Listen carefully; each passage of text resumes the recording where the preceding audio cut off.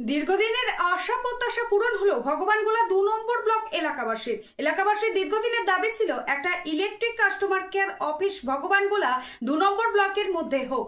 সেই দাবি পূরণে বিশেষ ভূমিকা পালন করলেন ভগবানগোলা বিধানসভার বিধায়ক রিয়াত হোসেন সরকার। জনগণের কথা মাথায় রেখে, এলাকার উন্নয়নের কথা মাথায় রেখে গত 3রা জানুয়ারি 2025 বিদ্যুৎ দপ্তরে একটি চিঠি করা হয় ইলেকট্রিক কাস্টমার অফিস বানানোর জন্য। 6ই জানুয়ারি 2025 সেই চিঠি রিসিভ হয় পশ্চিমবঙ্গ বিদ্যুৎ দপ্তরে।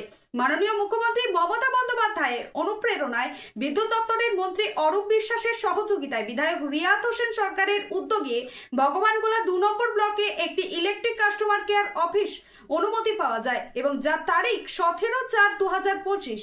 শীঘ্রই কাজ শুরু হবে। ভগবানগোলা 2 নম্বর ব্লকে ইলেকট্রিক কাস্টমার কেয়ার অফিস করার পক্ষ থেকে জানাবো রিয়াত হোসেন সরকারকে অনেক অনেক ধন্যবাদ। আখেরিগঞ্জ থেকে আজিমউদ্দিন শেখের রিপোর্ট। আজ আমরা চিঠি মারফত এবং সোশ্যাল মিডিয়া মারফত জানতে পারলাম যে ভগবানগোলা 2 এবং রানীতলা থানার মানুষের দীর্ঘদিনের যে আশা এবং প্রত্যাশা রয়েছিল সেটি ভগবানগোলার বিধায়ক রিয়াত হোসেন সরকার মহাশয়ের তত্ত্বাবধানে সে আশাটা বা প্রত্যাশা পূরণ হলো। সর্বাগ্রে ধন্যবাদ জানাই বাংলার মুখ্যমন্ত্রী মমতা বন্দ্যোপাধ্যায়কে, ধন্যবাদ জানাই বিদ্যুৎ মন্ত্রী অরূপ বিশ্বাস মহাশয়কে।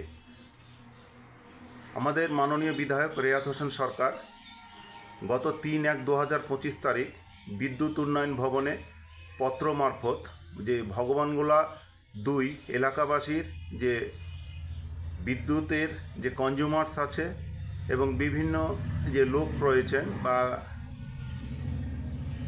অফিসের যে একটা দরকার, অফিসের যে একটা দরকার ছিল সেটি তিনি পত্র মারফত বিদ্যুৎ ভবনে জানান এবং সেটি রিসিভ হয়েছিল 6/1/2025 তারিখে।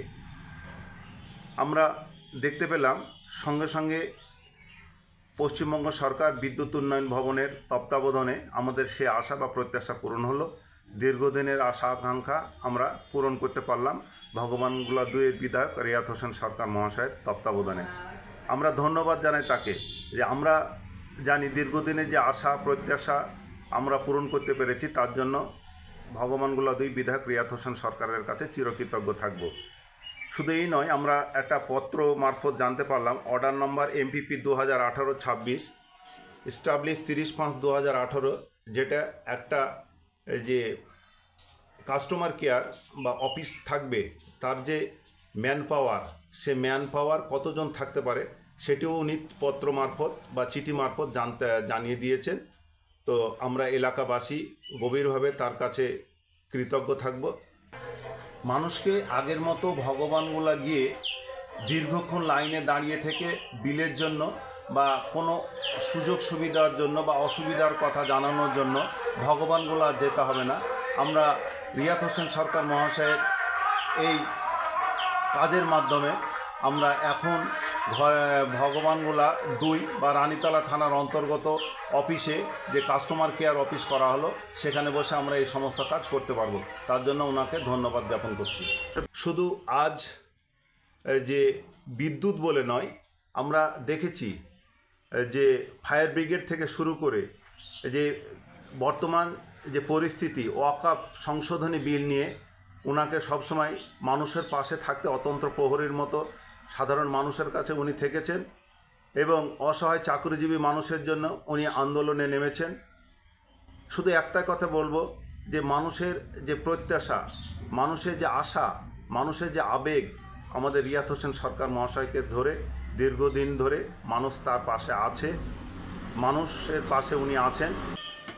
পণ্ডিত ঈশ্বরচন্দ্র বিদ্যাসাগরের ভাষায় একজন মানুষ কি তখনই সর্বশ্রেষ্ঠ কৃতিত্বের অধিকারী বলা যায় যখন সে অন্যের কল্যাণ কর্মের জন্য কিছুটা সময় অতিবাহিত করতে পারেন, যার উজ্জ্বল দৃষ্টান্ত আমাদের জনপ্রিয় বিধায়ক, মানবিকতার প্রতিচ্ছবি বিধায়ক রিয়াত হোসেন সরকার মহাশয়। আপনার নাম এবং পরিচয়? আমার নাম গোলাম সাদিয়ার, আমি শিক্ষক, নির্মলচর জুনিয়র হাই স্কুল।